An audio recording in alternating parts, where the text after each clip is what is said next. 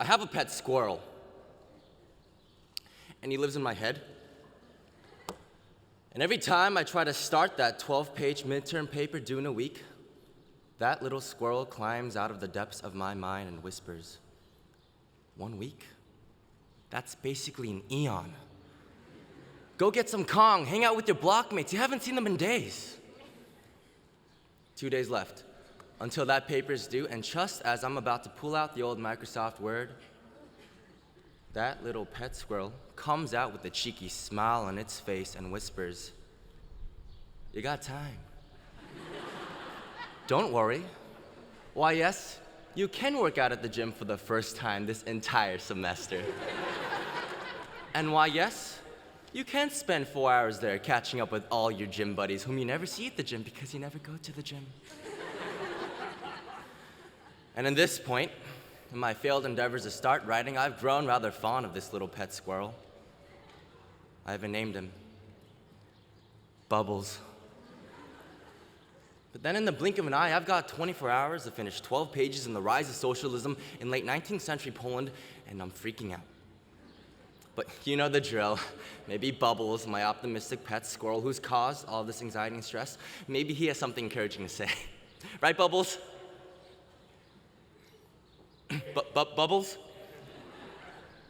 Where are you, Bubbles?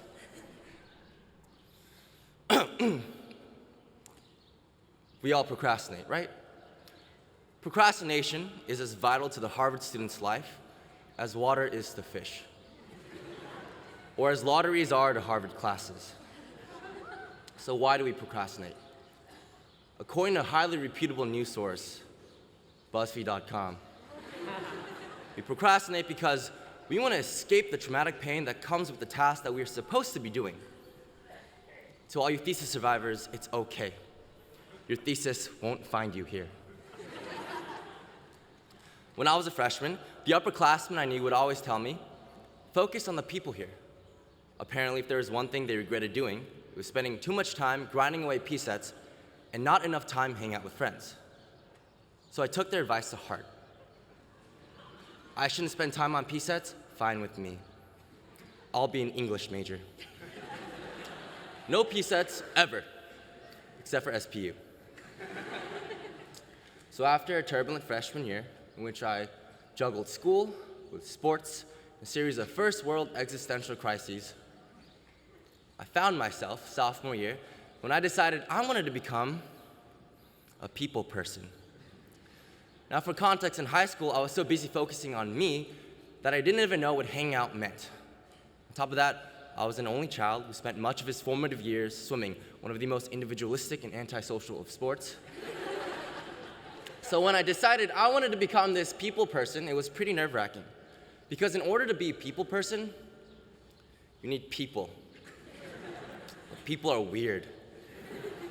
And I'm pretty weird, but I didn't know if other people's kind of weird wanted to hang out with my kind of weird. But as it turns out, you all are friendly. And soon enough, as I began choosing to hang out with my friends rather than study, the term people person became a euphemism for professional procrastinator. I've spent the last 3 years at Harvard, spending entire days foregoing my personal work, only to give in to the sweet temptation of hanging out with the people around me. I remember multiple occasions just freestyling with my buddy Steven until 3 a.m. in the morning. Just saying a lot because I'm not a very good rapper. People, I like to say, are my 5th class, which is also saying a lot because I would never take 5 classes here at Harvard. I'd move from one conversation in the D hall to another in the common room, mesmerized by my peers' talks of their past travels, their current research proposals, and their determined dreams to change the world. In one particular conversation, Pat, a good friend of mine, told me that he wanted to use statistics to change the world, and that his dream was to someday positively affect 1 billion people.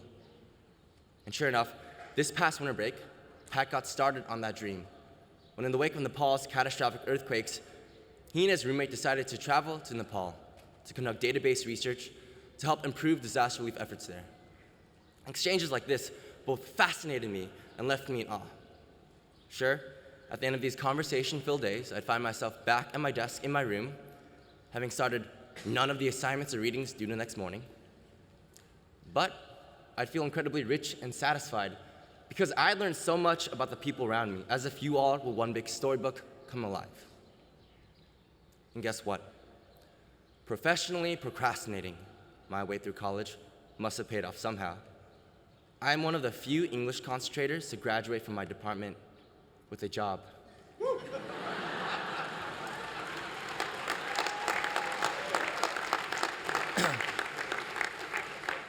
And by job, I mean internship. And by internship, I actually mean 2 months of shredding paper, getting coffee, and sharpening pencils, all the things my English degree prepared me for. But professionally procrastinating my way through college wasn't always just fun and games. Though I spent entire afternoons or evenings talking with the brightest, the funniest, the most insightful people I have the blessed opportunity to call classmates, at the same time, I'd ironically feel like a shell of a person, as if I lacked an essence that made me, me, like there was no substance to who I was. And in my efforts to be more sociable, I realized what was really scary was not the prospect of being rejected by people. What was really scary was feeling alone and incompetent, even while being around people I considered friends. After 45 minutes of delightful dialogue, it would be my peers who would have to check their watches and head off to a class or meeting or the library. And I felt like it was my peers, not me, who were diligent and focused enough to take school seriously and make an impact in this world. And I think we've all felt that way, one time or another. Empty, somehow worth less, because of just how amazing our fellow classmates can be.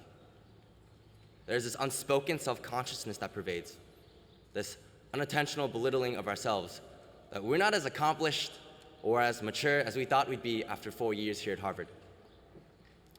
And I think it's safe to assume that most of us have wondered, even for just a moment, am I Harvard's admission mistake? I know I've worried about that. At